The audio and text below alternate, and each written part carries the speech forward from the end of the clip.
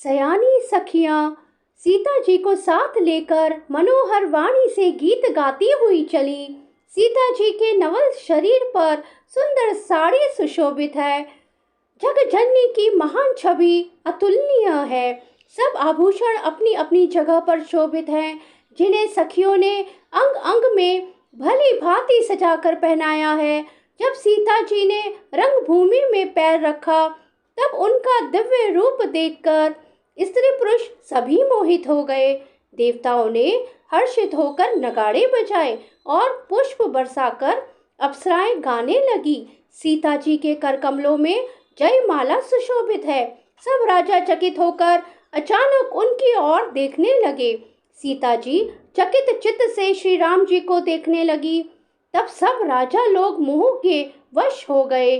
सीता जी ने मुनि के पास बैठे हुए दोनों भाइयों को देखा तो उनके नेत्र अपना खजाना पाकर ललचाकर वहीं श्री राम जी में जा लगे, स्थिर हो गए। परंतु गुरुजनों की लाज से तथा बहुत बड़े समाज को देखकर सीता जी सकुचा गईं। वे श्री रामचंद्र जी को हृदय में लाकर सखियों की ओर देखने लगी। श्री रामचंद्र जी का रूप और सीता जी की छवि देखकर स्त्री पुरुषों ने पलक मारना छोड़ दिया। सब एकटक उन्हीं को देखने लगे। सभी अपने मन में सोचते हैं पर कहते सकुचाते हैं। मन ही मन वे विधाता से विनय करते हैं, हे विधाता, जनक की मूर्ता को शीघ्र हर लीजिए और हमारी ही ऐसी सुंदर बुद्धि उन्हें दीजिए कि जिससे बिना ही विचार किए राजा अपना प्रण छोड़कर सीता जी का विवाह राम जी से कर दे। संसार उन्हें भला कहेगा, क्योंकि यह बात सब किसी को अच्छी लगती है। हट करने में अंत में भी हृदय जलेगा। सब लोग इसी लालसा में मग्न हो रहे हैं कि जानकी जी के योग्य वर तो यह सांवला ही है।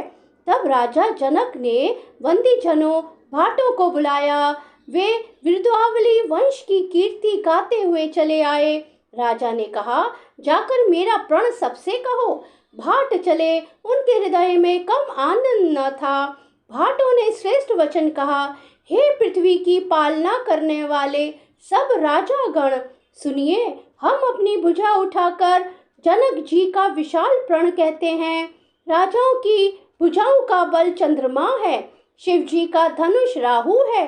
वह भारी है, कठोर है, यह सबको विदित है। बड़े भारी योद्धा रावण और बाणासुर भी धनुष को देखकर गौर से चुपके से चलते बने। उसे उठाना तो दूर रहा, छूने तक की हिम्मत ना हुई। उसी शिव जी के कठोर धनुष को आज इस राज समाज में जो भी तोड़ेगा, तीनों लोकों की विजय के साथ ही उसको जानकी जी बिना किसी विचार के हठ पूर्वक वर्ण करेंगी। प्रण सुनकर सब राजा ललचा उठे। जो वीरता के अभिमानी थे वे मन में बहुत ही तमतमाए, कमर कसकर अकुलाकर उठे और अपने इष्ट देवों को सिर नवाकर चले। वे तमक कर बड़े ताव से शिव जी के धनुष की ओर देखते हैं और फिर निगाह जमाकर उसे पकड़ते हैं। करोड़ों भांति से जोर लगाते हैं, पर वह उड़ता ही नहीं। जिन राजाओं के मन में कुछ विवेक है वे धनुष के पास ही नहीं जाते। वे मूर्ख राजा तमक कर खिटखिटाकर धनुष को पकड़ते हैं, परंतु जब नहीं उठता तो लजाकर चले जाते हैं। मानो वीरों की भुजाओं का बल पाकर वह धनुष अधिक से अधिक भारी होता जाता है। तब 10,000 राजा एक ही बार धनुष को उठाने लगे तो भी वह उनके टाले नहीं टलता। शिव जी का वह धनुष कैसे नहीं दिखता था। जैसे कामी पुरुष के वचनों से सती का मन कभी चलायमान नहीं होता। सब राजा उपास के योग्य हो गए, जैसे वैराग्य के बिना सन्यासी उपास के योग्य हो जाता है। कीर्ति, विजय, बड़ी वीरता, इन सबको वे धनुष के हाथों पर बस हार कर चले गए। राजा लोक हृदय से हार कर श्रीहीन हतप्रभ हो गए और अपने अपने समाज में जा बैठे। राजाओं को असफल देखकर जनक अकुला उठे और ऐसे वचन बोले जो मानो क्रोध से सने हुए थे। मैंने जो प्रण ठाना था उसे सुनकर द्वीप द्वीप के अनेकों राजा आए। देवता और दैत्य भी मनुष्य का शरीर धारण करके आए तथा और भी बहुत से रणधीर वीर आए।